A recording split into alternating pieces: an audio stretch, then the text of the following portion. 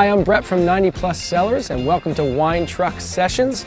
I'm here with Maia Gosselin, owner of Sip Wine Education and wine educator extraordinaire. How are you, Maia? I'm fantastic. Thanks for having me on today. You're very welcome. Pleasure to have you here. We are going to be talking about wines for your dinner party, either wines you're going to serve at your dinner party or wines you're going to bring to your dinner party this afternoon. While we are here in the beautiful Linscott Park in Swampscott, Massachusetts, in front of our wine truck, just having a good time and hoping to bring some of this good time to your next dinner party. So Maia, while I'm going to open this bottle of Prosecco, what can you tell me about how you should decide what wines to serve or bring to a dinner party? All right. So I'm asked this a lot, and I think especially in this current climate, we're still allowed to have smaller dinner parties under maybe 15 guests. So we still have lots of opportunities for this. And as a wine director as well, I've often had to sort of theme dinners. Right. So usually what I'm thinking about either as designing the menu or as a guest to be, I'm thinking maybe I want something sparkling. I want to think about something for the aperitif, something for the appetizers. I want to think about what's going to go with a lighter course, and maybe something, I would like to find out what the hostess or host is going to be serving for the entree, so that I'm pairing that wine and the weight of the wine with what the meat is going to be. There's going to be a difference between a fish and a red meat. Hold that thought, Maia. We love that pop. We love that pop. We love the pour too. So bubbles would be my first recommendation. And here for bubbles, we're going to go to Prosecco, the ever popular Prosecco, but not just your average Prosecco. While most Prosecco comes from the area of near Venice, inland, and covers a wide range of area where the grapes can be grown, particularly the Glera grape, which is a grape of Prosecco. So this comes from an area of a smaller area, mostly of hillside vineyards, kind of inland, closer to kind of the Alps. And so it gets cooled by a little bit of the descending air coming from the Alps. The grape production, the yields are controlled, meaning the number of bunches and the weight of the bunches per vine are controlled by the sloping vineyards. They're really not set on fertile valley floor soil. They're on sloping vineyards where there's good water drainage, and that creates kind of more concentration of flavor in texture in the grapes. So you have an area which is kind of, Prosecco now is something that everybody knows about. It's in our vernacular. Right, but this is kind of the original place of Prosecco. It's from Barabia. That's fun to say. Prosecco Superiore. And when you have these factors of cooler climate, the sloping vineyards, lower yields, you get very crisp, concentrated grape flavors. And when you it's made in the same way that any Prosecco is made, but the result is a little bit more flavor, a little bit more texture and expression. And I think that if you're looking for a dinner party Prosecco, why not bring something that's a little higher quality than your average bottle? Yes. And this is a DOCG, I would point out. So that's the highest tier for the 4 tiers of quality classifications that there are for Italian wine. So you are getting a little bit more of a remarkable style of sparkling wine. So let's try it, because I haven't had this one before. Cheers. Yes, cheers.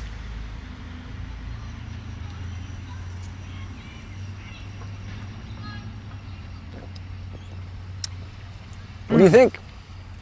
That's delicious. Yeah. Gorgeous acidity in there. Just creamy, elegant, subtle, really just clean, crisp. It's clean. I get a little gentle lemon. Yep. What I love about this is for a starter. So if I was taking this to a dinner party, I'm thinking aperitif. The sparkling wine always cuts through anything rich and heavy, creamy, fatty, but also this acts as a really nice and simple palate cleanser. Yes. So when you want to start off, and remember that if you want to bring the best wine or the opening wine to the party, bring the one that people want to have first and cleanse their palates and open their appetizer selection with. And also, you could transition this through your whole meal because of the nice acidity in there. This will go with any kind of a rich entree all the way through. So I'm usually thinking about pairing wine with the side dishes too. So anything that's like fried or any sort of spicy, absolutely. This is sort of a can't miss pairing in general. So a wine to be enjoyed from beginning all the way till end. Delicious, absolutely. So let's move on to the next Okay. one. Let's move on to the next still white. We're going to go with, I guess, a fan favorite. We're going to go with our Sancerre. Sancerre is a white wine from the Loire Valley, the central Loire Valley in France. It's only about an hour and a half drive kind of south of Paris, and I think Sancerre became popular first really in the bistros of Paris as just a crisp, easily drinkable white wine that is actually, most people may or may not know, is actually made exclusively white Sancerre from Sauvignon Blanc. Sauvignon Blanc. It's Sauvignon Blanc. It's French Sauvignon Blanc. Yes. Not to be confused. I mean, Sauvignon Blanc's the name of the grape, so it also grows prolifically around the world, and people are familiar with it from other areas. But I find that, yes, the best representation, in my opinion, is the Loire Valley for the style of the grape. Kind of like Burgundy, which we talked about in our previous episode, this comes from an area that is kind of high in fossilized, limestone. Yes. Used to be kind of partly underwater at one point, and so it has a high kind of lime content, kind of also mixed with some sand and some clay, and so it gives wine that's really associated with this particular place. The French in particular associate the place more with what the wine tastes like than the variety of the wine, as in Sauvignon Blanc, Yes. which is why Sancerre is prominently featured on the label. And Yes. if you taste, All right. you kind of see for yourself. Yes.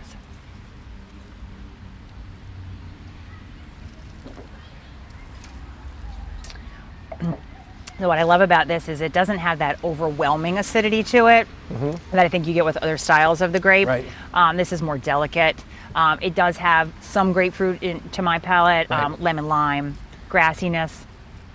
But I just love that little Yeah, it's a little bit more kind of not quite as in your face as many New Zealand Sauvignon Blancs are, with like rich and tropical fruit, really cut grass, lots of like really abundant aromatics. This is still very aromatic, but more subtle, more texturally kind of round than your maybe New Zealand Sauvignon Blanc or even your California Sauvignon Yes. Blanc.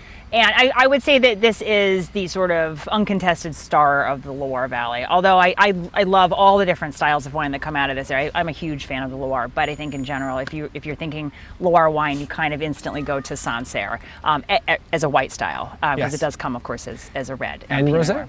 And a rosé. For a wine party, I would probably put this maybe with my appetizers still. I definitely with chèvre, Right. gorgeous, oysters too, and then into the entree world, maybe a chicken dish, probably a lighter white meat. Right. I'm not looking at any really heavy entrees. Kind of for graduated this. from the sparkling wine and into that kind of first white wine to set the tone with some of the lighter dishes. And Sancerre, again, smaller yields. They make much less of this Yes. style of wine, so quality goes up. Sometimes price tag accordingly as well. I Right. mean, you're not getting a $9.99 Sancerre. No. Nor You're gonna should you. expect to Nor pay should around you. $20 a bottle, a little more, a little less, Yes. but it's worth it. Yes, absolutely. You're not eating out in Love the restaurants aromatics right on now, that. so spend a little extra Treat to get a little bit yourself. more and then a Yeah. bottle of wine. Wine 101 at home. That's what right. you want. So, let's keep going. Let's All keep right. going. Let's keep going Excellent. to Beaujolais. Now, Beaujolais, made from Gamay, the grape is Gamay, Beaujolais is the region,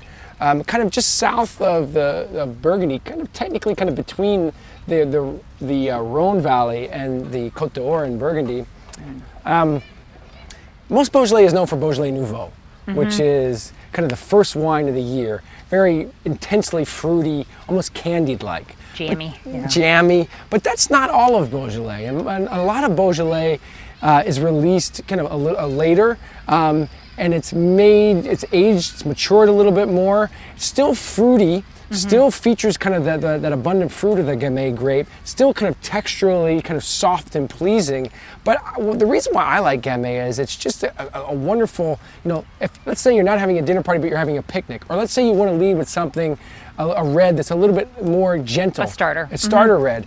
Beaujolais is a great bottle to choose. It's also a wine that benefits from a little chill on it, Yes. in my opinion. So it's a great summer one, especially if you're having a summer dinner party. But even through the cooler weather, I still say have it a little cooler. We're benefiting from a little chill right now. With these wine drops in my Beaujolais. So I usually associate personalities with wine. So this is bright and sassy. I think of this as a playful wine, and I think, again, if you're thinking about going to a dinner party or planning your party yourself, I like a balance. I like a balance of playful and a balance of sophisticated. You know, the wines in there always blend together, because at the end of the day, wine should just be enjoyed, of course. And like this is just so fun. If it's not making you happy, then wine's not doing its job. The only job really of wine is to make you happy. And I like Beaujolais. Beaujolais to me is like the rosé of red wine. I jumped the gun. I drank before you did. I was still talking. Sorry. The rosé of red wine. Good. Tell me if you agree or disagree with this. It's kind of like there's no reason to kind of savor or express kind of all your feelings towards the wine when you pop open a bottle of Beaujolais. It's just meant to be uncomplicated. It's meant to be tasty. It's just meant to be good. I agree, 100%. And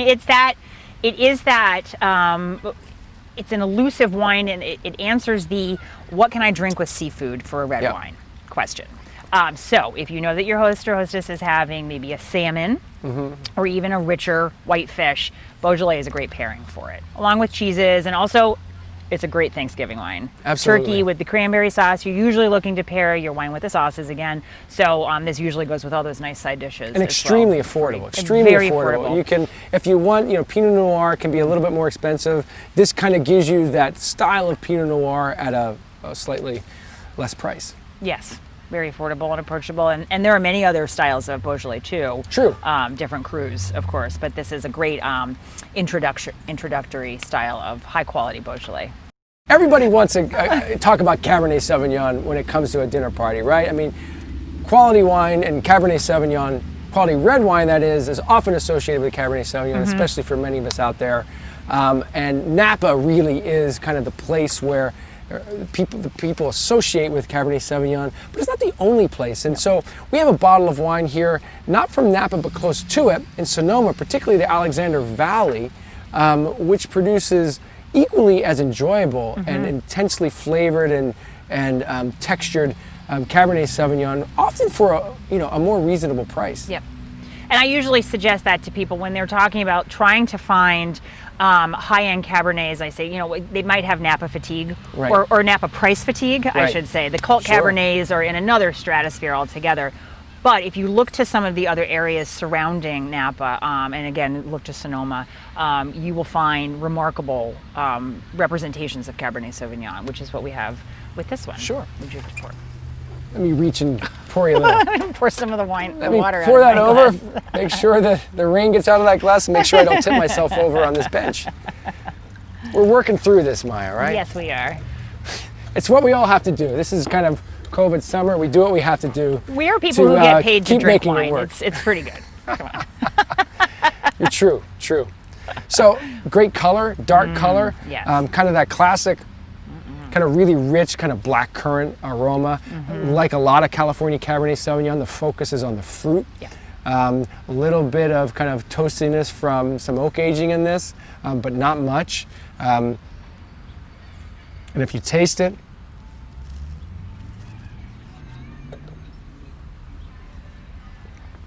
I think full, rich, kind of textured, but not mouth-drying tannins, really kind of rich, ripe tannins. Yep. Wonderfully easy to drink, easy to pair with, most your main dishes in a dinner party, or just to enjoy on its own. I mean, a lot of people just, think of wine as a cocktail. They do. And, wine, I think all of these wines that we have here today can equally be enjoyed, by the glass on its own, as well as with your main dish. Yes, and I would add one little part into when we're thinking about what to bring for the dinner or what to have with your dinner. Also think about what to give as a hostess gift. Sure. So this would be a huge hit with, speaking in my personal opinion, were I hosting a party, I would love that as a hostess gift.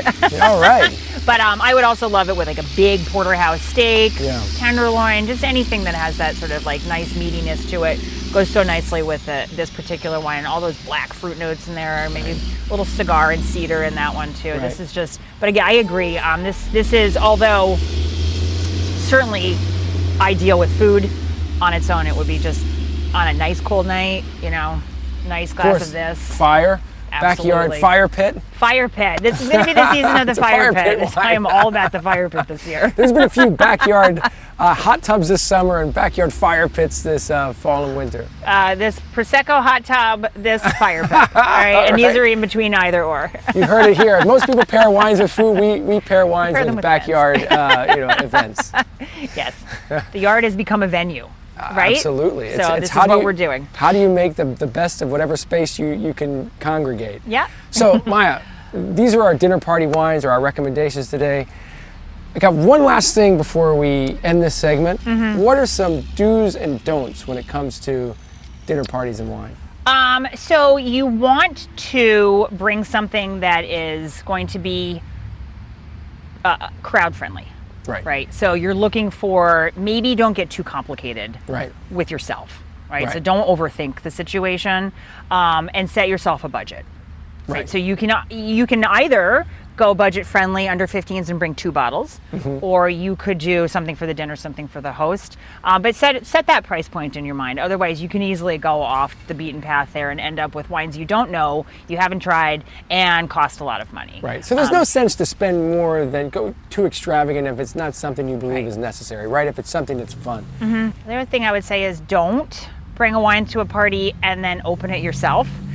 Yes. All right, so this is hard for people, I think. So I'm bringing this wine. Am I supposed to open it? Does the hostess want to open it? Where does this fall in the hierarchy of everything? Either have a chat with the host, or bring it and just offer it up and then allow the host to decide what they would like to do with it. Open it now, serve it later, hold on to it, whatever. So it's kind of a gray area, and I find that it does become awkward for people in general when they're not sure what to do with it. If it's in a gift bag, it is not to be opened. Yes. And I'm going to add to that. Now, hearing you say that, I'm going to add to that. I'm going to say, if you bring a bottle of wine to a dinner party, don't keep it for yourself. Yes. It's meant to be shared. Whatever you bring, you've heard it from me. Whatever you bring to a dinner party, you have to share it. You can't keep it to yourself. If you want to have your share of the wine you're bringing, bring 2 bottles, because that's the only way you Right, get and some. if it's not something you're comfortable sharing, then don't bring it to the dinner party. Keep it at home, drink it by yourself. Because we've all been to that dinner party where that person brings a bottle of his or her wine and keeps it to themselves in the corner, right? It's over there. And doesn't offer it to anybody. Don't do that, folks. That's a no-no when it comes to dinner party wines. That's the big no. Well, Maia, great to be with you here again in front of the wine truck, in front of the beautiful Boston skyline here in Swampscott, drinking wine. Couldn't be anything better. Providing some nice tips for all of you out there who are still into wine perhaps more than ever during these days. I would say that's the case. Yes. And we'll be back. Exploring. We'll be back in the future for some more wine truck tastings, or maybe as the weather gets cooler or rainier, we'll think of another place to do this. Right? Ice fishing with wine, and Brett and Maia. Works what do you for me. think? So, if you want to find out more about when we'll be hosting more shows and giving you more tips, please tune into or look into our Instagram account at 90+ Cellars. And Maia, if you want to find out more about what Maia is doing, please tune in to what she's doing at Sip Wine Education, and you can find her at Sip Wine Education on Instagram, Facebook, and YouTube. All the channels. All right, she's got them all covered, folks. So with that, cheers. Cheers. Here's to your next wine party. Enjoy. Enjoy. Bye.